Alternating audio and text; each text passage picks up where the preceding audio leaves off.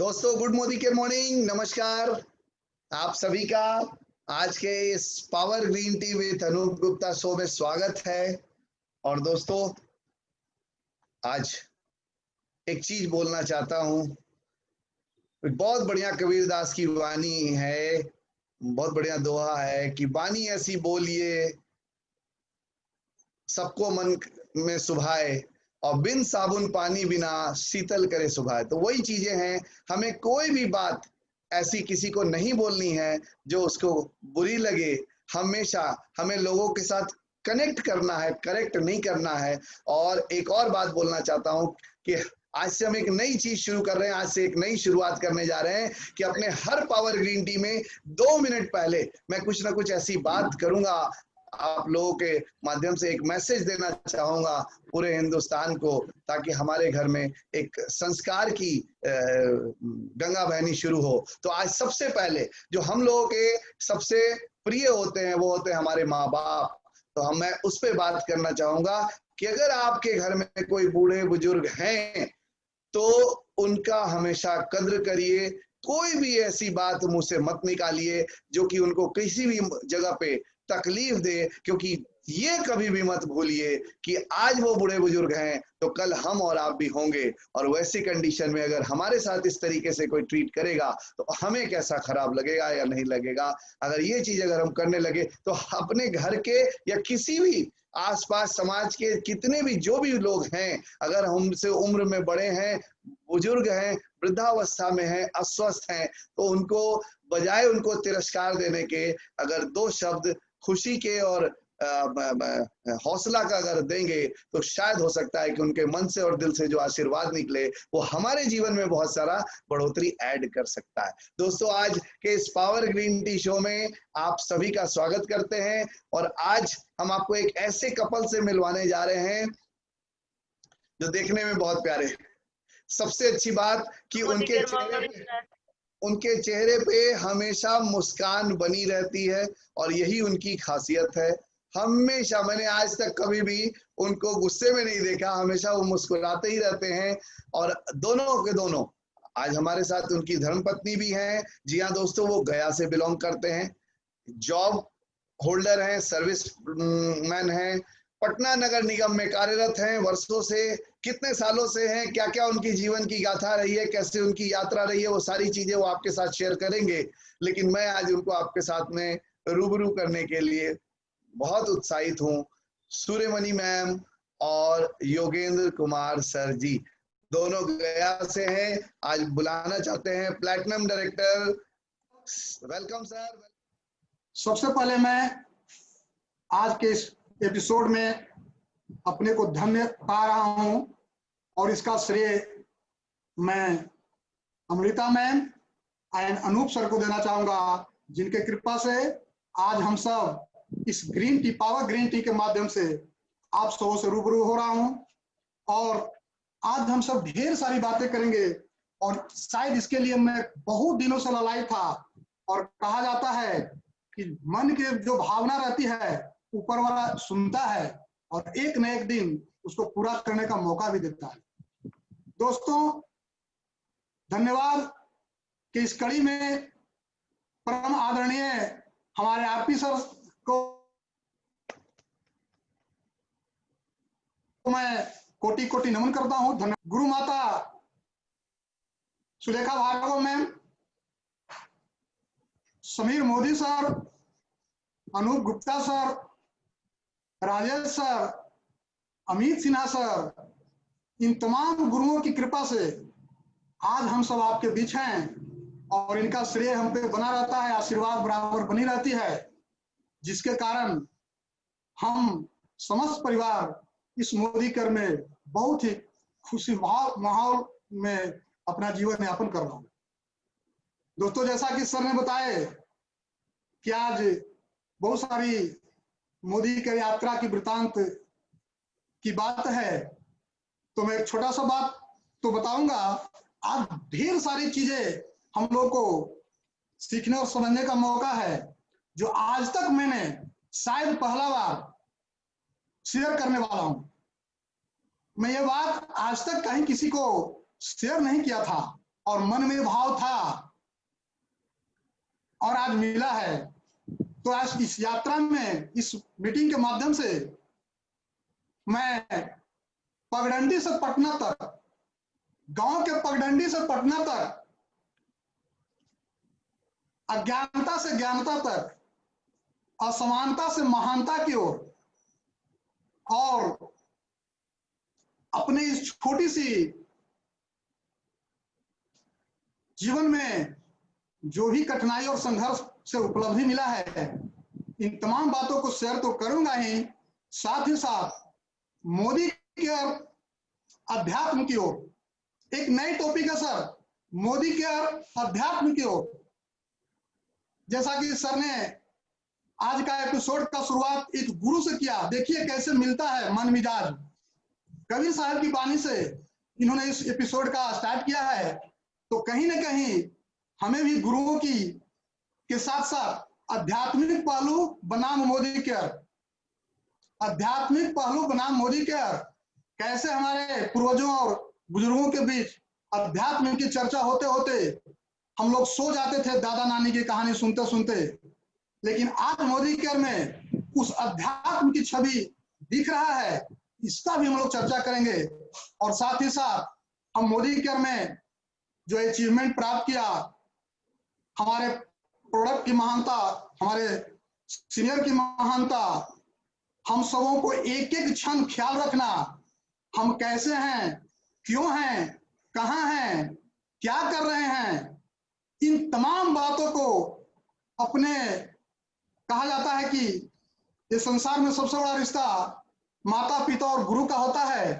तो इस माता पिता और गुरु की कड़ी में हमारे मोदी केयर के तमाम गुरु जो आज हमको सुन रहे हैं, हमारे सीनियर आरपी सिंह सर और समस्त गुरुजनों को फिर से मैं प्रणाम करता हूं। और अब इस कड़ी की स्टार्ट करता हूं पगडंडी से पटना तक। पगडंडी यानी कहने का मतलब है सर, मैं फिर से एक परिचय देते हुए उस मोदी केयर तक की मुकाम को स्पष्ट करने का प्रयास करूंगा। मेरा नाम जोगेंद्र कुमार है।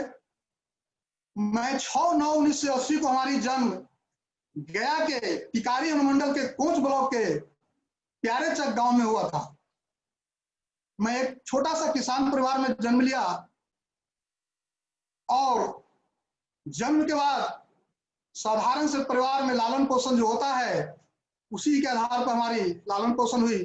मैं बड़ा हुआ, मेरे पिता दो भाई थे, बड़े भाई का संतान नहीं था, उन्होंने हमें संतान स्वरूप कबूल करके और हमारी पढ़ाई लिखाई पालन पोषण का समस्त भार उठा लिया। सर, दुख के साथ कहना पड़ रहा है, मैं रांची के छोटा सा टंकी स्कूल में 5वीं क्लास की पढ़ाई में एडमिशन हुई थी और सन 1995 में दुर्भाग्यवश पटना उनकी ट्रांसफर हुई और वो किडनी से ग्रसित होकर के उनका देहांत हो गया। सर, वह दिन आज भी याद आता है। शायद हम उस दिन मोदी केयर में रहते, उस दिन हम मोदी केयर के प्रोडक्ट के साथ जीते, तो शायद मैं पापा को नहीं खो सकता था। सर, पापा के जाने के बाद मैं एक ही संतान घर में था, 3 बहन थी और मैं बड़ा संतान था। उनका सपना था मेरा बेटा बड़ा बनेगा। बार बार हमको बगल में बिठा के कहते थे, बेटा क्या चाहिए? उस 95 की घड़ी आज याद आता है, HD मोटरसाइकिल में बोला था, पापा हमको मोटरसाइकिल का शौक है, हमें सपना है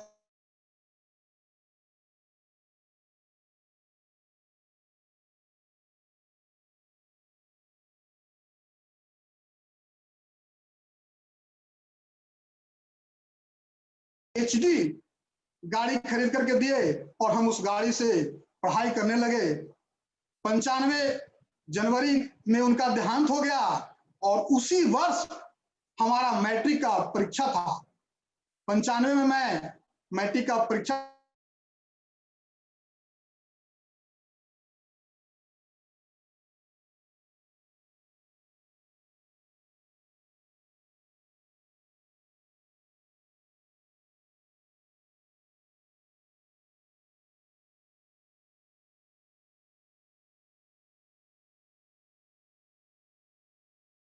घर पे रह करके पढ़ाई करना शुरू कर दी। सर उस समय इधर खाई और इधर कुआं की स्थिति था, बहुत क्रिटिकल पोजीशन था घर का। मैंने ठान लिया कि मैं गांव में रह करके पढ़ाई नहीं कर सकता हूं और हमने गांव को छोड़ देने का निर्णय लिया। 95 के बाद मैं गया जाकर के एक छोटा सा विहंगम योग का आश्रम हुआ करता था और उस आश्रम में रह करके हमने पढ़ाई की। आश्रम में जब मैं गया तो वहां गुरुओं का दर्शन हुआ। नित्यनादि सदगुरु विहंगम योग के योगी सदाफल देव जी महाराज का मैं अनन्य शरण शिष्य बन करके और वहां पे पढ़ाई लिखाई शुरू कर दिया। और उसका 2 कारण था। पहला कारण थी कि हम घर से कमजोर थे, तो आश्रम में रह करके अगर हम पढ़ाई करते तो मेरा लॉजिंग फुटिंग का व्यवस्था हो गया था। पहला मैं ये सोचा था। और दूसरा सोची थी, बचपन में बाबा लोग कहते थे संगत से बुध होता है और संगत से बुध जा। तो वहां तो भाई संगत अच्छा था, गुरुओं थे, नाना प्रकार के संत महात्मा थे और मैं उन लोगों का सेवा करने लगा। और 4 साल में उस आश्रम में सुबह ब्रह्ममुहूर्त के बेला में उठ करके और स्वरवेद का पाठ किया करता था, अध्यात्म सिखा करता था। और अध्यात्म में ये बताया जाता था कि आपके जीवन का 4 लक्ष्य है। क्या भाई? अर्थ, धर्म, काम और मोक्ष। आपको आर्थिक उपार्जन करना पड़ेगा। आज के बहुत सारे संत महात्माओं की चर्चा आप सब लोग सुने होंगे, सुनते रहते हैं। जब हम मोदी कर करने जाते हैं तो बहुत सारे लोग मिलते हैं, धन से पेट ना भर लवा है, नौकरी करे था, जे आपको मिलता है उसी से संतुष्ट रहिए, जेते पाव पसारिए वो तीर लंबी ठौर। हम लोगों को ये बात आम लोगों को के माध्यम से सुनना पड़ता है। और उन्होंने सत्संग की बात करता है, गुरुओं की बात करता है। मैं उन तमाम लोगों को इस एपिसोड के माध्यम से बताना चाहता हूं कि सर, धन की चर्चा ऋग वेद में है, धन की चर्चा साम वेद में है, धन की चर्चा गीता में है, उपनिषद में है, महाभारत में है। हमारे ऋषि मुनि ने, सभी लोगों ने धन उपार्जन की सुगम रास्ता, नेक इरादा से उपार्जित की गई धन की बात कहा है। और अर्थ, धर्म, काम, मोक्ष का पहला कड़ी में अर्थ आता है, यानी आपको जन्म लिए हैं तो आपको आर्थिक उन्नति करना पड़ेगा। चाहे आप कितना भी कमजोर क्यों ना हो, आपको अर्थ के लिए सुगम रास्ता अपनाना पड़ेगा। तो मोदी केयर आर्थिक उन्नति की ओर हम लोग को ले जा रही है। आज के इस एपिसोड में मैं आध्यात्मिक परिकल्पना के साथ साथ मोदी केयर के साथ जो जुड़ी हुई भावना है, मैं उसे मिलाने और उससे संबंधित बात करने का मन बनाया है। सर, गुरुओं की बात सुना करते हैं हम लोग। 4 प्रकार के गुरु आप लोग सुने होंगे कि दुनिया में 2 गुरु होते हैं।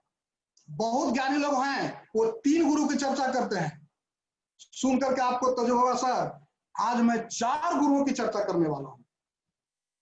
2 गुरु सुने हैं, तीसरा गुरु भी सुने हैं, शायद चौथा गुरु का नाम आज तक किसी ने नहीं सुना है, लेकिन हमें एक चौथा गुरु भी प्राप्त हुआ। मैं धन्य हूं इस संसार में जन्म लेकर के कि पहला गुरु माता पिता, दूसरा गुरु जो हमारे शैक्षणिक संसारिक शैक्षणिक व्यवस्था करते हैं, संस्कार का ज्ञान देते हैं, तीसरा गुरु जो होते हैं कुलगुरु होते हैं, चौथा गुरु जो होते हैं आध्यात्मिक गुरु होते हैं। सॉरी, मैं 5वां गुरु की बात करने वाला हूं। और आज 5वां गुरु जो है वो तमाम अध्यात्म से लेकर के सांसारिक ज्ञान से लेकर के माता पिता के भूमिका में आज हमारे पास आप सबों के बीच समीर मोदी सर हैं, जो 5वां गुरु हैं। एक बार मैं सर के लिए जोरदार ताली बजाने का आह्वान करूंगा। समीर सर, जिन्होंने हम सबों को आर्थिक आजादी के लिए ठाना गया है। दोस्तों, अध्यात्म में बताया गया है कि आपकी मोक्ष प्राप्ति तब होगा जब आप आर्थिक रूप से संपूर्ण होंगे, परिपूर्ण होंगे। आपकी मोक्ष की प्राप्ति तब होगी जब आप संतान सुख की प्राप्ति कर लेंगे, यानी काम, अर्थ, धर्म और काम। धर्म तब होगी जब आप दूसरों को सहयोग करेंगे। रामायण में एक चौपाई में तुलसीदास जी लिखे हैं, परहित सरिस धर्म नहीं भाई, पर पीड़ा यति नहीं अधमाई। यानी दूसरों को कष्ट से बराबर कोई दुनिया में पाप नहीं है, और दूसरे की भलाई से बराबर कोई धर्म नहीं है। तो अर्थ, धर्म, तीसरा काम। काम का मतलब हो गया संतान उत्पत्ति। बहुत सारे लोग साधु भेष बना करके और हिमालय की ओर चल देते हैं कि भैया हमको संसार के से कोई मतलब नहीं है। भाई, आपका जन्म होने का एक ही कारण है, आप संसारिक क्रियाकलाप को संपूर्ण रूप से निभाते हुए और तब आप परमात्मा की प्राप्ति करो। मोदी केयर हमें ये सिखाती है कि आप कैसे अपने संसारिक क्रियाकलापों के बाद इस मोदी केयर के मुकाम को आप प्राप्त कर सकते हैं। तो दोस्तों, इन तमाम बातों से हम बहुत सारी बात आज हम लोग शेयर करेंगे, पटना से पगडंडी तक या पगडंडी से पटना तक मैं कैसे आया। दोस्तों, मैं वहां आश्रम में पूजा पाठ के साथ साथ संतों के बाणी सुनता था। मन में विरक्ति उत्पन्न होने लगा, गांव देहात छूटने लगा, संसार छूटने लगी। एक दिन की कहानी है, मैं निराश होकर के वहां बैठा हुआ था। एक आए, कहे जोगिंदर जी आप बहुत नाराज हैं। मैं बोला सर हम आज तक कुछ प्राप्त नहीं किए। उन्होंने बोला कि आप बहुत कुछ प्राप्त करने वाले हैं, थोड़ा सा धैर्य तो रखिए। आप घर जाते हैं, हमारी शादी उसी बीच हो गया था सर। शादी के 5 साल तक मैं घर नहीं गया था। हमारे समाज में पहले कम उम्र में शादी हो जाया करता था। मैं एक और बात बताना चाहता हूं, मैट्रिक के बाद हमारे पिताजी माताजी को ये पता नहीं था कि मेरा बेटा इंटर कब किया, ग्रेजुएशन कब किया, बीसीए कब किया, एमए कब किया, क्या करेगा, कुछ पता नहीं था। क्योंकि हम एक संकल्प लेके घर से निकले थे। और एक छोटा सा, आज भी मेरे घर में एक तौलिया है, मेरे कंधा पर वही था और घर में छोड़ दिया। सत्संग किया, आश्रम किया, लोगों को परोपकार की बात की और सोच बड़ा था सर। एक बहुत बड़ी बात थी, मैं उस समय भी तसर का शर्ट पहनता था। तसर बहुत महंगा था। मेरा सपना था कि हम अच्छा दिखें। उस समय मैं तसर का कपड़ा पहनता था सर, हाफ शर्ट, उजला पैंट, और लोगों के बीच लंबी लंबी प्रवचन किया करता था। टाटा के जुगनू पार्क में मेरा सत्संग हुआ करता था। सर आप लोग को याद होगा, मैं जब भी BIA हॉल में आया हूं, मेरा बात शुरू होने से पहले मैं ये बात बराबर लोगों को बताता था कि ये सत्संग कक्ष है। और सत्संग का मतलब आता है सत्य का संग, सत्य लोगों की संग, सत्य कामों की संग, सत्य संकल्प की संग, सत्य भावना की संग। तो जिनके साथ सत्य की संग हो गया वो कभी झूठ की ओर नहीं जाएगा, उसकी कभी पतन नहीं होगा सर। देर लगती है, टाइम लगता है, सत्य परेशान करता है, पर आगे नहीं कर सकता। ये हमें सिखाई गई थी उस आश्रम में। कुछ दिन के बाद हमें वहां बहुत सारी चीजें सुनने को मिला। एक संत आए और हमें डांटने लगे, तुम्हारा उम्र कम है, तुम्हारी शादी हो गई है, तुम्हारी पत्नी होगा और तुम यहाँ आश्रम में सेवा कर रहे हो। बिल्कुल सर, तुम आश्रम छोड़ दो। बड़ा अजीब लगा, तुम आश्रम छोड़ दो, पत्नी को देखो, बच्चों को देखो, पढ़ाई लिखाई कराओ, आगे बढ़ो, तुम्हारा उम्र नहीं है संन्यास होने का। मुझे अजीब सी लगा कि हो क्या रहा है हमारे साथ। लोग बुराई से अच्छाई की ओर आता है, मैं अच्छाई से बुराई की ओर जाने की बात कहा जा रहा है। शायद ऊपर वाले का कृपा था, मैं पुनः घर की ओर चल दिया। मम्मी पापा नाराज हुए, बेटा 4 साल में क्या किया, BA पास हो गए, मम्मी इंटर पास हो गया, आपका 1 रुपया नहीं लगा।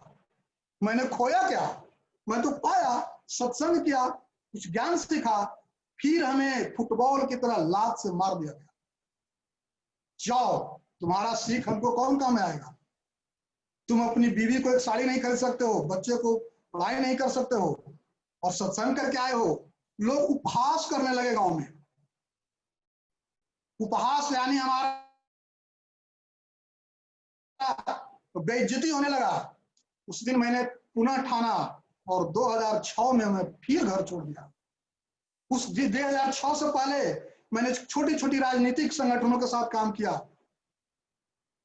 एक छोटा मोटा विधायक, एमएलए, एमपी, ग्राम पंचायत के संगठन से जुड़ा, हमारे परिवार से कुछ लोग विधायक भी बने। मैं उस राजनीतिक पहलू पर नहीं जाना चाहता हूं, लेकिन सीखा। मैं सीखने के ख्याल से, एक लीडरशिप मेंटेन के ख्याल से हम सारी अपने समय उन लोगों के साथ दिया, मिला कुछ नहीं। तब मैं पुनः ठाना अब इस गांव में जब मैं आऊं तो हमारे पास 10-20 लोग आ जाएं कि जोगेंद्र बाबू आए हैं, ऐसा बन के आऊं। बहुत बड़ा सपना तो नहीं था, लेकिन कुछ लोग हमसे मिले, ये संकल्प लेकर के, और मैं उस गांव को फिर छोड़ दिया और संकल्प लिया कि अब मैं कुछ करके आऊंगा। और उस समय न हमें मोदी केयर मिला था, न कोई एलिमेंट मार्केट की ज्ञान थी, बस एक ही था, नौकरी। लोगों में नौकरी का बहुत बड़ा उत्साह था कि लोग नौकरी अगर हो गया तो भगवान से भेंट हो गया। तो हम भी लक्ष्य बनाए कि अब बिना नौकरी के इस गांव की ओर हमें ताकना नहीं है सर।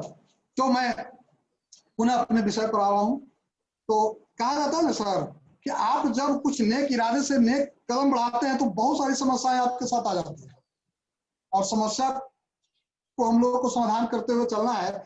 शायद उसी विषय पर हम लोग बात कर रहे थे और बीच में टेक्निकल प्रॉब्लम आ गई, क्षमा करेंगे। तो सर मैं उस दरमियान एक शिक्षक का नौकरी प्राप्त कर लिया था 2006 में। 2006 में मैं शिक्षक बन करके 3 महीना के बाद उस पद से रिजाइन दे दिया। कारण था कि हमारे जो गोल थी, जो सोच था, उस हिसाब से कुछ चल नहीं रहा था। 1500 की नौकरी थी, गांव से 200 किलोमीटर पर हमें एक जंगल में स्कूल था, कुछ बच्चे आते थे। तो मैं सोचा कि इस 1500 से हमारे माँ बाप और बच्चे का भरण पोषण नहीं होगा, और मैं उस नौकरी को छोड़ करके और पटना में आ गया। और पटना में आकर के उनाई चक में मैंने सोचा जब छोड़ ही दिए हैं, कुछ बनना ही है, तो क्यों ना बड़ा चीज बना जाए। फैशन डिजाइनिंग के बारे में आप लोग जानते होंगे, उसका तैयारी किया। फैशन डिजाइनिंग की मैं सोचा कि कुछ करूंगा, साथ साथ बीपीएससी की तैयारी करने का मन बनाया और पढ़ाई करने लगा। दोस्तों, कहा जाता है सफल होना ये मुकद्दर की बात है, लेकिन मेहनत नहीं करना ये गलत बात है। अगर आप मेहनत से भाग रहे हैं और सफलता की चाह रखते हैं, ये कभी हो ही नहीं सकता है। चाहे आप किसी भी फील्ड में हो, आपको मेहनत तो करना पड़ेगा। मैं उसी दरमियान पटना में आया, पढ़ाई लिखाई करना शुरू कर दिया, अच्छे लोगों का दोस्ती हुई, बहुत सारे अच्छे परीक्षा देने लगा। कुछ परीक्षाएं कुछ दूर तक जाकर के और हमने छोड़ दी, हम सफल नहीं हुए। इसी बीच में कहा जाता है जो आप बोएगा वो पाएगा। हमारे एक माननीय मंत्री उस समय का हुआ करते थे, साइंस एंड टेक्नोलॉजी का, और जब मैं राजनीति में था तो उस समय एक बार हमारे भिड़ंत लालू प्रसाद यादव जी से भी हो गई थी, और उनको मैं राजनीतिक पहलू में कुछ खड़ा खोटा बोला था, मीडिया में भी बात आई थी, और मैं संन्यास ले लिया था राजनीति से। और मेरी प्रतिक्रिया से उस क्षेत्र का वो विधायक जो है सो जीते थे। चाट के दुकान पर आज भी याद है, हमारे एक मित्र हमें हाथ पकड़ा, कहा कि जोगेंद्र तुमको मंत्री जी खोज रहे हैं। हम कहें कि भैया हम राजनीति से प्रणाम कर लिए हैं, हमें कोई चुनाव नहीं लड़नी है, कोई राजनीति नहीं करनी है, हमें कुछ नौकरी प्राप्त करके और गांव में जाना है। कहें कि चलिए ठीक है, आप एक बार उनसे मिल लीजिए, बहुत बेसब्री से आपका इंतजार कर रहे हैं, बहुत बार आपके बारे में पूछे हैं हम लोगों से। उन्होंने मेरा हाथ पकड़ा और जाकर के आप देखे होंगे गार्डन पार्क, यहाँ पे एक पार्क है, हार्डिंग नहीं, एक नया जो पार्क बना है इको पार्क, जस्ट उन्हीं के गेट के सामने उनका बंगला हुआ करता था। मेरा हाथ, जैसे कहा जाता है नाविक को भगवान नाव और नाविक को मिलाए थे पार करने के लिए, मेरा हाथ उनके हाथ में ले जाकर रख दिया। बोला कि भाई ये बेचारा है, गरीब है, भटका है, और इन्होंने अध्यात्म से संन्यास ले लिया, राजनीति से संन्यास ले लिया, घर छोड़ दिया, कोई आगे पीछे नहीं है, पढ़ाई करने को ठान रहा है, बीपीएससी करता है, पैसा नहीं है। एक छोटी सी पुनाचक में बालदो भवन है, उस मकान में मैं ट्यूशन पढ़ा करके उनके बच्चों को, और हमें 2 रोटी वहां से मिल जाता था खाने के लिए। आज भी मैं उनका शुक्रगुजार हूं। उनका 6 बच्चे थे। जब मैं उनके पास गया, बोला एक 7वां बेटा तुम हो। और हम उनके घर रह करके पढ़ाई भी करते थे, उनके बच्चों को पढ़ाते थे। और हमारा लक्ष्य जो था बस वही थी कि हमें कुछ नौकरी प्राप्त करना है, तब मैं घर जाऊंगा। एक दिन की घटना था कि हम उस नौकरी नहीं मिलने से नाराज होकर के कहीं जाने का सोच लिया। एक आदमी आए, उन्होंने छोटा सा नौकरी हमें दे दी। 3 महीने के बाद पैसा नहीं मिला तो हमें अध्यात्म में भी सिखाया गया था, अन्याय सह कर रह जाना यह बड़ा दुष्कर्म है, आज यथार्थ अपने बांधवों को दंड देना धर्म है। लगा कि शायद मेरे साथ अन्याय हो रही है, और मैं 16 लड़कों से उस नौकरी को त्याग करके और फिर पढ़ाई करना शुरू किया। कहा जाता है सर, ऊपर वाला का जो मर्जी होता है वो अनचाहे में कुछ मिल जाता है। वो आदमी हमारे हाथ पकड़ करके उस मंत्री जी के यहाँ ले गए और मैंने प्रणाम किया। बोला जोगेंद्र जी, आपका नाम सुने हैं, आप पहले राष्ट्रीय जनता दल के प्रखंड के अध्यक्ष हुआ करते थे, आप विधायक एमएलसी एमएलए के साथ चुनावी प्रक्रिया में अहम रोल में रहते थे, आपने पार्टी छोड़ दिया और हम आपके क्षेत्र से जीता। लोग कहते हैं कि उन्हीं का दिन है कि उन्होंने अपने लोगों को ट्रांसफर करके और आपको जिताया है। कि सर, शायद आपको लगता होगा हमारे मन में ऐसा बात कुछ नहीं है, हम एक छोटा सा गरीब हैं, कार्यकर्ता थे, अब नहीं रहे, तो बताओ तुम्हारा इच्छा क्या है। कि सर, हमें कुछ इच्छा नहीं है, हमें पटना में रहने खाने और पढ़ने की अगर व्यवस्था हो जाए, इससे बड़ा आपका उपकार नहीं होगा। उन्होंने अपने गाड़ी पर बिठाया सर, और मैं 2007 की बात कर रहा हूँ। साइंस एंड टेक्नोलॉजी जो आप देख रहे होंगे, ये हड़ताली मोड़ के पास, पुनाचक के पास, साइंस टेक्नोलॉजी में हमें उन्होंने सॉफ्टवेयर में एक के जो बच्चों का रिजल्ट होता है, जो आपको देखते होंगे, पॉलिटेक्निक का रिजल्ट हम लोग बनाते थे, 2000 रुपया मिलता था और हमें एक नौकरी मिली। उसके बाद एक बहाली आई नगर निगम का, अनमने ढंग से मैंने भर दिया, एक कॉल आया, मैं गया, 40 लोगों में 8 लोगों का सिलेक्शन हुआ, जिसमें मेरा 1 नंबर था। 2007 में मैं नौकरी प्राप्त कर ली, अच्छे खासा पैसा मिलने लगा, बैचलर जिंदगी थी, हमें सुकून मिला, चलिए हमें कुछ मिला। 3 साल तक मैं घर वालों को नहीं बताया, बीवी बच्चों को नहीं बताया, और 3 साल के बाद जब अच्छे खासे प्लेटफॉर्म पर मैं गया, वहां भी बहुत सारी घटनाएं हुई हमारे साथ, बहुत परीक्षाएं हुई, भगवान सब में हमें पास किया। तो तमाम चीज होने के बाद मैं माता पिता के पास गया, गांव के लोग हमसे मिले, बोले पहले जब मैं जाता था तो लोग अच्छा समाचार पूछते थे, जब मैं कुछ करके गया तो लोगों के चेहरा पर उदासी देखा कि यह आदमी कैसे सफल हो गया, नौकरी कहाँ मिली, नौकरी मिलता कहाँ है दुनिया में। तो इस तरह से हमारे जिंदगी में बहुत सारे उतार चढ़ाव आई। मैंने जो ठाना प्राप्त किया और आज आप सबों के साथ हूं। इसी दरमियान मैं 2009 में नौकरी के 1 साल के बाद मैं उन गुरुओं का भी याद करना नहीं भूलूंगा। एम्बे नाम की कंपनी थी, गणपत मंडल नाम का एक हमारे डॉक्टर थे, जो हमारा बहुत ही शुभचिंतक थे, बहुत शुरू से हमारे मित्र थे। के सर थे, आप नाम सुने होंगे। उन्होंने हमारा ऑफिस आए, बोले जोगेंद्र जी, ये नौकरी से क्या होने वाला है, क्या कीजिएगा, आपका सपना क्या है। बोले सर, सपना जो था सो तो मिल गया, अब आप बताइए कि इससे बड़ा भी सपना होता है क्या। हमें उस समय सपना इससे बड़ा कुछ नजर नहीं आ रही। उन्होंने बताया कि आज शाम को हमारे घर आए, मैं आपको सपना दिखाता हूँ। मैं गया, बोडीकर का एम्बे का कुछ प्रोडक्ट हमें सामने लाया गया, डेमो दिखाई गई, बहुत सारी बातें हुआ। उन्होंने एक चीज हमको बताए, आजादी पाना है तो आपको एलएमएल मार्केट करना पड़ेगा। एलएमएल का मतलब हम नहीं जानते थे, उन्होंने हमें एलएमएल समझाया, और मैं यूं कहें चौथा या पांचवा गुरु हमको मिल गए। जब उन्होंने एलिमेंट बताना शुरू किए तो मैं एकाग्रचित होकर के 1-1.5 घंटा तक उनकी बात को सुना, और फिर मैं अध्यात्म की उस 4 कड़ियों को जोड़ करके देखा तो मुझे सारा चीज साफ साफ समझ में आने लगा। अर्थ, धर्म, काम, मोक्ष। ये लगा कि आर्थिक उन्नति अगर हमें प्राप्त करना है तो एलएमएल के अलावा और कोई ऐसा प्लेटफॉर्म नहीं है जहां हमें आर्थिक उन्नति मिल सकती है। मोक्ष की जो बात होती थी, हमें यहां भी मोक्ष की पाठ पढ़ाया जा रहा था। आवागमन की चक्र की बात होती थी अध्यात्म में, हमें एलएमएल में भी आवागमन की चक्र हुआ। ऑफिस जाओ, ऑफिस से घर आओ, ये आवागमन है, आने जाने का चक्र है। अगर इससे मुक्ति पाना है तो एलएमएल कर लो।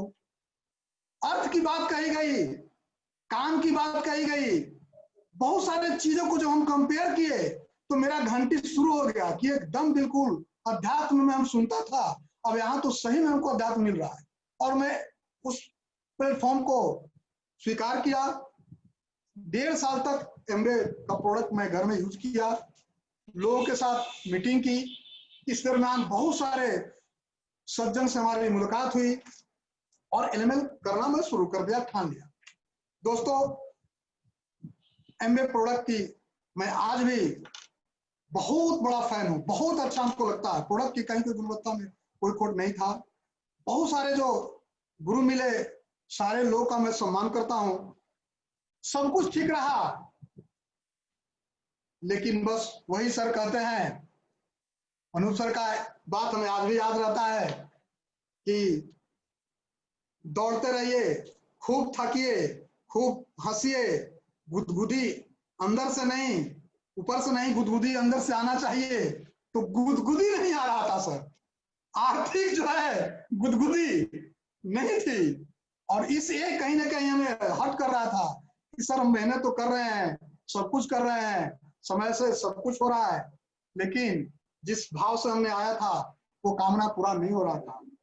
मैं शुक्रगुजार हूं ईश्वर की इस लीला में, इस जीवन की कड़ी में बहुत सारे संघर्ष के बाद मैं पुनः अपने अपलाइन आरपी सर सिंह को शुक्रगुजार मानता हूं, जिनका एक बार हमें मौका मिला जून 2017 में।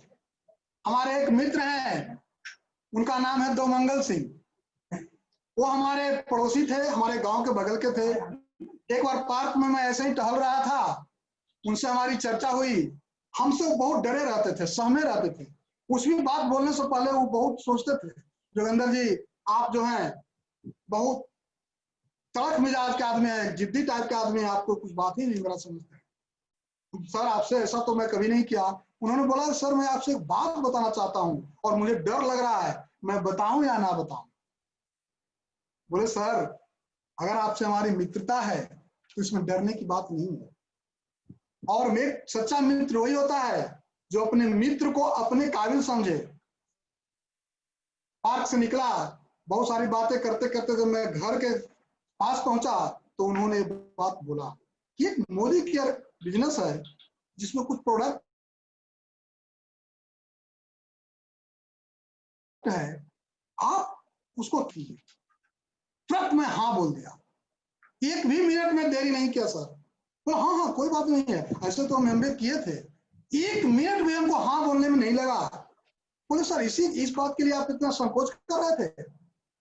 हमको एलिमेंट मालूम है सर, हमें अच्छा लगता है।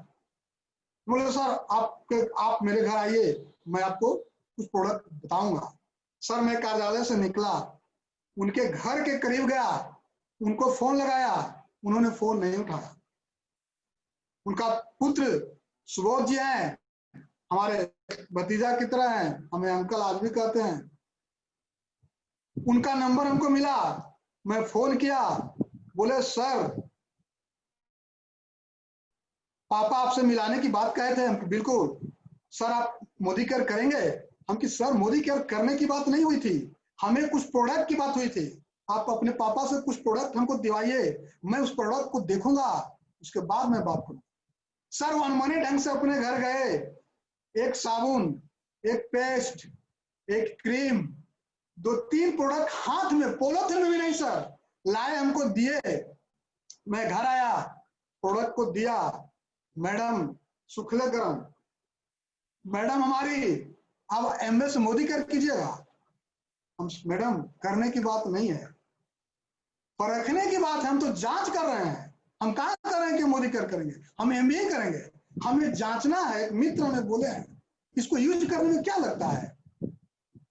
मैडम उस प्रोडक्ट को देखी, हम लोग सारे परिवार उस प्रोडक्ट को यूज किए। मैं तहे दिल से शुक्रगुजार करता हूं सर तमाम अपने समस्त सीनियर का। जैसे ही मैं प्रोडक्ट यूज किया, तुरंत मैं फोन सेकेंड डे लगाया धूमंगल जी को। उन्होंने कहा कि सर कैसा लगा प्रोडक्ट, हम कि 2500 का प्रोडक्ट हमको दे दीजिए। 2500 का जैसे ही नाम लिए, वो दौड़े दौड़े सुबह हमारे घर आए और एक कार्टून में 2500 का प्रोडक्ट ला के रख दिए। मैं ऑफिस जाने की तैयारी कर रहा था, प्रोडक्ट लाए। जैसे ही प्रोडक्ट लाए, मैं उनसे रिक्वेस्ट किया कि सर प्रोडक्ट तो आपका अच्छा है, 2500 के हम मांगाए हैं, हमको इसका डेमो आप थोड़ा सा दिखा के बताइए। बोले कि सर जब प्रोडक्ट अच्छा ही है तो आप डेमो क्यों देखना चाहते हैं। बोले सर हमें प्रोडक्ट यूज ही नहीं करना है, हमें लोगों को यूज कराना है। जैसे ही मैं ये बात बोला तो जल्दी जल्दी से बेचारा गिलास में नील मिलाने लगे और वो बहुत सारी गलतियां कर बैठा। चूंकि हम लोग डेमो करते थे एमबीए में, 3-4-5 गलतियां किए और उसके बाद उसको हम मना कर दिए। बाबू हम प्रोडक्ट आपका देख लिए, पापा से बात कराइएगा, रात में मैं बात करूंगा। वो नाराज होकर के मुंह लटका करके लड़का चला गया। शायद मैं गलती किया, मेरा एक क्लाइंट जो है भड़क गया, अब हमको ये नहीं करना है। और उन्होंने पापा को बताए। सर कहा जाता है जब ईश्वर और भावना दोनों एक होती है तो मंजिल मिलता है। जस्ट नेक्स्ट 17 जून को मोदी केयर का एक बहुत बड़ा सेमिनार था आपका बीआईए हॉल में। उनके पापा दबे जुबान से बोले जोगिंदर जी आप जब प्रोडक्ट यूज कर ही रहे हैं, संडे का दिन है, 1 घंटा का टाइम दीजिएगा क्या। मैं बोला सर कहाँ जाना है, बीआईए क्या है वहां, तो मीटिंग है। मैं जल्दी जल्दी तैयार हो गया सर, 2 मिनट भी देरी नहीं किया। जैसे थे एक कपड़ा डाले और मैं मीटिंग में गया। एक कोना में खड़ा होकर के अनूप सर की उस समय एकदम जैसे मैं एंट्री किया, कहा जाता है नाले पर डाला, अनूप सर का ये चल रही थी सेशन और क्राउन का सेलिब्रेशन होना था आरपी सर का। सुलेखा मैम दिल्ली से चलकर आई थी सर, वो क्षण आज भी हमको याद है। जिस समय क्राउन का सेलिब्रेशन हुआ आरपी सर का, सुलेखा मैम इनके लिए स्पेशल जो है तो मुकुट बनवा करके और सोनी मैम के लिए और ढेर सारा माला मैं देखा। और एक सज्जन को देखा जो हमारे गार्जियन समतुल्य थे और उनको मंच पर जो शिरोमणि हुई, जो मंच पर उनका आदर आदर आदर भाव खातिर हुआ, वो मेरा दिल को छू गया सर। और वो दिन मैं ठाना कि जब इस हम उम्र के आदमी इतने कम समयों में क्राउन जा सकते हैं, हम लोग के तो युवा में दम है, हम कुछ भी कर सकते हैं। कोना में खड़ा होकर मैं सोच रहा था, समझ रहा था और अंतिम क्षण थी, जाते जाते लेट हुआ था, सेमिनार समाप्ति पर था। सेमिनार हुआ, अनूप सर का मैं सुना और हमको सबसे अच्छा अनूप सर का स्माइल लगा उस समय। जो इन्होंने स्माइल, जब भी मंच पर आते हैं स्माइल करते हैं, कहा जाता है रोया हुआ दिल भी हंस जाता है। मैंने सीखा कि नहीं, यहाँ हम विकास कर सकते हैं। बहुत कम लोगों का अचीवमेंट देखा, सबने मंच पर 2 साल 1 महीना में डायरेक्टर, 6 महीना में सीनियर डायरेक्टर, 2 साल में आरबीडी लॉक करने की चर्चा सुना तो मुझे पूरा सीन एमबीए का याद आने लगा। सर वहां सालों साल लोग 1 से 2 पिन लगाते हैं, यहाँ कम समय में अचीवमेंट हो रही है। प्रोडक्ट की गुणवत्ता अच्छा है, प्रोडक्ट अच्छी है, प्राइस कंफर्टेबल है, middle class family affordable product है, ऑल आर अवेलेबल। बहुत सारे चीजें हमें वो दिखाई पड़ा और मैं खाना रात में हमें मोदी केयर मन से करना चाहिए। सर मैं गाड़ी उठाया, सुबोध को फोन किया, कार्टून पीछे रखा, 5 घर गया, 3 घर में 3-3 हजार दिया। जैसे ही गया जोगिंदर जी, चूंकि मैं पटना नगर निगम में ऐसे फील्ड से बिलोंग कर रहा था कि लगभग कोई ऐसा घर नहीं है जिसको हमसे जरूरत नहीं है। सर ये बहुत बड़ी बात है, पटना का कोई ऐसा घर नहीं है जो हम काम नहीं आए। बर्थ, हर घर में बच्चा का जन्म होता है सर, और उस बच्चे का जन्म प्रमाण पत्र बहुत इंपॉर्टेंसी होती है। हमसे लोग मिलते हैं, पटना में मैं सिंगल लोग था जो पूरे पटना का बर्थ एंड डेथ का प्रभारी हुआ करते थे, और हमारे पास बहुत बड़े से छोटे लोग आते थे, सर हमारा माता जी का देहांत हो गई है, मेरा बच्चा का जन्म हुआ है, मेरा पासपोर्ट बनवाना है, विदेश जाना है, और हम सारे लोगों को भावपूर्वक काम करते थे। तो बहुत सारे नेटवर्क मेरे पास था, और हम जब लिस्ट निकाले 2-4 लोगों के पास गया, जोगिंदर जी आप चल के आए, आप क्या, तो हमको जाना था, छोड़िए ना मोदी कर करेंगे, हमको बच्चा का जन्म प्रमाण लाइए ना मैडम, फॉर्म साइन कीजिए, मैं बच्चा का जन्म प्रमाण पत्र घर पहुंचा दूंगा, ये 3000 का प्रोडक्ट है, हम मोदी कर में ज्वाइन किए हैं, प्रोडक्ट अच्छा लगेगा तो ठीक है, खराब लगेगा तो मत।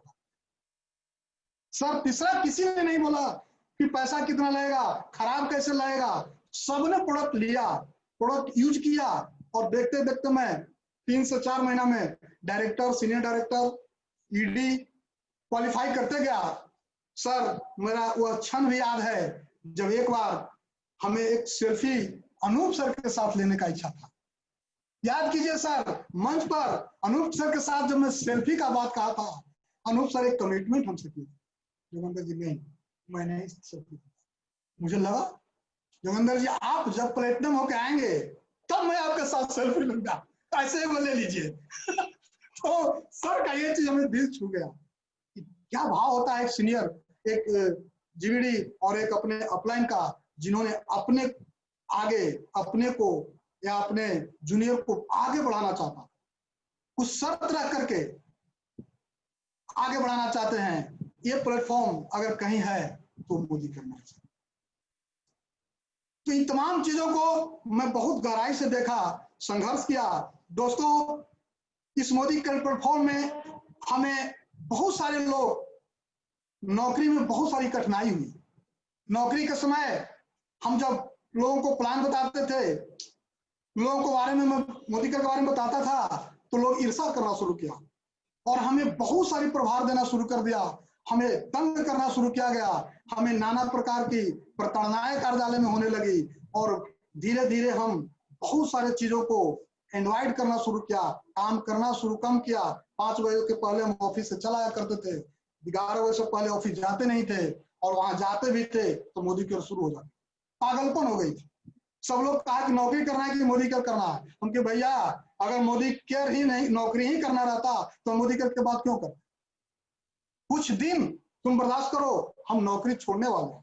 लोगों को जब ये बात बताते थे, लोगों को बड़ा आश्चर्य होता था, और हमें विभिन्न तरह की कार्य सौंपा जाता था कि इनको ऐसे लेवल दीजिए, ये काम दीजिए, और हमारा एक स्वभाव था, हम कहीं भी पदाधिकारियों का सम्मान में कमी नहीं करते हैं, लेकिन स्वाभिमान के साथ समझौता नहीं। स्वाभिमान ही मैं शुरू से था, और उसी का दिन है कि मुझे 10 साल में कम से कम 20 बार ट्रांसफर हुई है। 6 अंचल में कहीं भी ऐसा अंचल नहीं है जहां मैं नहीं गया हूं, और दुख के साथ और सुख के साथ दोनों साथ में कहना पड़ रहा है कि कल जैसे ही पता चला लोगों को कि जोगिंदर जी मोदी केयर में उनका एक बहुत अच्छा पोस्ट की बात हुई है, उनका सेमिनार है, मेरा कल भी ट्रांसफर कर दिया गया।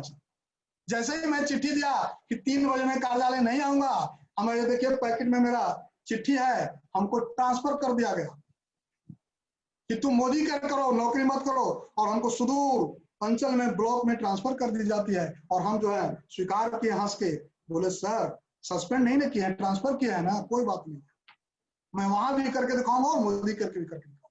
तो बहुत सारे चैलेंजेस सर मोदी केयर के बाद हम लोग झेलते रहे हैं, खुश रहते हैं, इसलिए कि एक गजल में हम लोग सुने थे, जिसके दुश्मन है बहुत वो आदमी अच्छे होंगे, वो भी मेरे ही तरह किसी शहर में तन्हा होंगे, जिसके दुश्मन है बहुत वो आदमी अच्छे होंगे। दोस्तों दुश्मन बहुत तरह के होता है, दोस्त बहुत तरह के होते हैं और इस दोस्त और दुश्मनी के बीच का जो झगड़ा होती है, कभी भी आदमी को उसे पीछे नहीं हटना चाहिए, वो फेस करना है और हम लोग करते चले हैं। मोदी के हमें ये सिखाई है कि आप तपिए, आप जितना तपेंगे उतने आगे बढ़ेंगे। बहुत सारी चीजें हम लोग को मोदी केयर के बारे में सिखाया गया है। इस लॉकडाउन के अवधि में मैं समीर सर को बहुत बहुत धन्यवाद देना चाहता हूं, जिन्होंने कुछ नहीं बोलते हुए बहुत कुछ हम लोग के लिए कर रहे हैं। आज लॉकडाउन में सारे कंपनी का बाधा बच चुकी है, सारे वर्कर छोड़ चुका है कंपनी, सारा जो है फाइनेंशियल प्रॉब्लम हो गई है। क्या हमारे समीर सर के लिए हुआ होगा कि नहीं? कभी हम लोग सोचे हैं? भगवान शंकर जब अमृत मंथन हो रहा था समुद्र, तो बहुत सारे विष निकला है और अमृत भी निकला। शंकर भगवान विष पी गए थे और अमृत लोगों को बांट दिए। आज महान हमारा जो समीर मोदी जी हैं, वही काम हम लोग के साथ कर रहे हैं। बहुत सारी समस्याएं उनके साथ आया होगा, आज तक हम लोग सोचे नहीं है कि लॉकडाउन में उनका भी कर्मी भाग गए होंगे, उनके साथ भी बहुत सारी समस्याएं हुई होंगी, लेकिन किसी भी मीटिंग में कहीं भी आज तक ये नहीं बताया गया कि प्रॉब्लम चल रहा है ऑफिस में, फलना प्रोडक्ट नहीं मिल रहा है। सर लॉकडाउन के अवधि में हमारे सुबोध सर कहते थे कि सर प्रोडक्ट कैसे आएगा, पुलिस मारता है, हमको कोई नहीं मारेगा, मैं हूं सच। आईडी अपना लेकर के निगम का, क्योंकि पूरा लॉकडाउन में हम लोग निगम का काम करते थे, हम लोग को आईडी मिली हुई थी और हम आईडी लेकर के गाड़ी से जाते थे और ये आपका वेयर हाउस से प्रोडक्ट लाया करते थे। जब वेयर हाउस जाते थे, बड़ा बड़ा ट्रक लगा रहता था, वहां से डंपिंग होती थी, अनलोड होता था, तो मैं सोचता था लोग कहता है लॉकडाउन है, लोग कहता है प्रोडक्ट नहीं मिल रहा है, लेबर मजदूर नहीं मिल रहा है, यहाँ कहाँ है भाई? तो कहीं ना कहीं तुम समीर मोदी ये विष पी रहे थे कि हमें जितना भी कष्ट हो, हमारा किसी भी ये लोगों को, किसी भी कंसल्टेंट को किसी भी तरह का प्रोडक्ट कमी नहीं होने दें। और उन्होंने इस मुहिम को जीता जागता उदाहरण है कि बहुत सारे चीजें हमें लॉकडाउन में मिला है। हम लोग लॉक हुए हैं, डाउन नहीं हुए हैं। हमारे सर ये चीज बार बार हम लोग मीटिंग में सुनते हैं, लॉक पूरा दुनिया था, डाउन पूरा दुनिया था, मोदी केयर सिर्फ लॉक था, डाउन किसी ने नहीं। हम सब जहां लोग बताते थे, हम लोग ये नोनी का डब्बा, ये मल्टीविटामिन, ये जो है पुदीना, ये तुलसी, मैंने लॉकडाउन की अवधि में लोगों को घर घर जाकर दिया। सर आपको अगर कोरोना से बचना है तो माइंड सेट करो, पहले तो सोचो कि हमको कुछ होगा नहीं, और दूसरा होगा तो मेडिकेयर का प्रोडक्ट है। हम लोग ये प्रोडक्ट को प्रमोट किया, घर घर गया, और आज सुख के साथ कह रहा हूं कि मेरे मोदी केयर के साथ साथ मेरे परिवार में किसी तरह का कोई प्रॉब्लम ये लॉकडाउन में नहीं हुई, ड्यू टू मोदी केयर का प्रोडक्ट। 40 डब्बा हम लोग पूरे फैमिली मिलकर के नोनी का जूस पिया हूं सर लॉकडाउन में। सारे बच्चों को जूस पिलाता था, ग्रीन टी पिलाता था, जहां से आते थे हम लोग पूरा सप्लीमेंट यूज करते थे कि हम जब स्वस्थ रहेंगे तभी हम अपने लोगों को स्वस्थ रहने की बात करेंगे और मोदी केयर में काम करेंगे। तो इन तमाम चीजें हैं सर, आप सबों से मैं पुनः करवत प्रार्थना करता हूं कि हम सब इस मोदी केयर के प्लेटफॉर्म को, अपने समीर मोदी आजादी प्लान को, हमारे जितने भी जीवीडी सर हैं, ये सभी के मार्गदर्शन में सीखने की जरूरत है। और जब तक हम सीखेंगे नहीं, जब तक हम जीतेंगे नहीं। एक छोटी सी कहानी के साथ, समय तो काफी हो चुका है, अगर इजाजत हो तो मैं कुछ बताऊं, और नहीं तो सर ओके सर वेलकम। तो एक छोटी सी बात है सर, ताला और चाबी की मैम से हम लोग बराबर सुना करते हैं, ताला कहा, हथौड़ा कहा चाबी से, भाई तुम कैसे काम करते हो? चाबी ने मुस्कुरा कर कहा, हम तो प्रेम के साथ काम करते हैं। हथौड़ा बोला, आज तक हम लोगों को प्रेम किसी ने नहीं सिखाया, हम तो जबरदस्ती काम करते हैं। किसी भी तरह का ताला हो, उस पर हथौड़ा पड़ता है, ताला टूट जाता है और काम हो जाती है। चाबी बोला, नहीं सर, हम सीधे से उसके जेहन में जाते हैं, उसी के अनुसार काम करते हैं, जहां उसका घुंडी है वही मैं टच करता हूं और सीधा सा हिलाया जाता है और ताला खुल जाता है। मोदी केयर में यही तो करना है सर, हमें किसी को ठेस पहुंचाने की बात नहीं करनी है, सभी की भावना का कदर करना है। बहुत सारे कंसल्टेंट हैं, हमारे बहुत सारे मित्र हैं जो हम लोग को शिकायत करते हैं सर मोदी के में बहुत सारे चैलेंजेस है। ये होता है, किसी ने ना कहता है, किसी ने देख लेने की बात कहता है, किसी ने आपकी सफलता का इंतजार करता है, और बहुत सारी चीजों के बाद हम मोदी कर नहीं करने का ठान लेता है। दोस्तों, हम लोग को सभी को सम्मान करनी है। कहा गया है संघर्षशील व्यक्ति धैर्यवान होता है, और धैर्य जो होता है वो साहस देती है, और धैर्य और साहस सफलता का कारण होता है। बहुत सारी चीजें आध्यात्मिक पहलू से जब मैं जोड़ के देखता हूं तो लगता है कि हमें ये 5 तरह के जो गुरु मिले हैं, मैं उनको नमन करता हूं। एक बार उनके लिए एक शब्द में बोलता हूं, गुरु ब्रह्मा गुरु विष्णु गुरुदेवो महेश्वरम साक्षात्कारं परब्रह्मं तस्मै श्री गुरुवे नमः। अखंड मंडलाकारणं व्याप्तं येन चराचरं तत्पदसहि दर्शितं तेन श्री गुरुवे नमः। ऐसे गुरुओं को कोटि कोटि नमन जिन्होंने हमें जन्म दिया, वैसे गुरुओं को कोटि कोटि नमन जिन्होंने हमें संस्कार दी, शिक्षा दी। वैसे गुरुओं को कोटि कोटि नमन जिन्होंने हमें आर और पार की ज्ञान दिया, आत्मा से परमात्मा मिलाने की ज्ञान दी। और वैसे गुरु का नमन जिन्होंने इस संसारिक बेला में, इस संसार में हम सबों की जितनी भी कठिनाई है, चैलेंजेस है, उस सब से जीतने की कला सिखाई। ऐसे समीर मोदी सर को भी मैं बहुत बहुत हरे दिल से नमन करता हूँ, प्रणाम करता हूँ, और संकल्प लेता हूँ कि हम सब बहुत जल्द अपने टीम के साथ अपने लोगों को सफलता प्राप्त कराने का काम करेंगे। और इस 2021 आने वाला लॉकडाउन बाद का जो बेला होगा, हमारी बेला होगी। हम 5 ऐसे कपल जिनका मैंने डायरी में नाम नोट कर लिया हूं, उन सब के घर में कार दिलाने के लिए संकल्पित हूं, और मेहनत कर करके इस मोदी कर के मुकाम को और अपने को आसमान छूने का जज्बा रखता हूं। इसी भावना के साथ मैं तमाम सभी लोगों का, Anoop sir, Amrita ma'am, RP Singh sir, और सभी समीर मोदी, गुरु माता सुलेखा भार्गव, और तमाम लोगों को हार्दिक शुभकामनाएं प्रणाम करता हूं। जय हिंद, नमस्कार।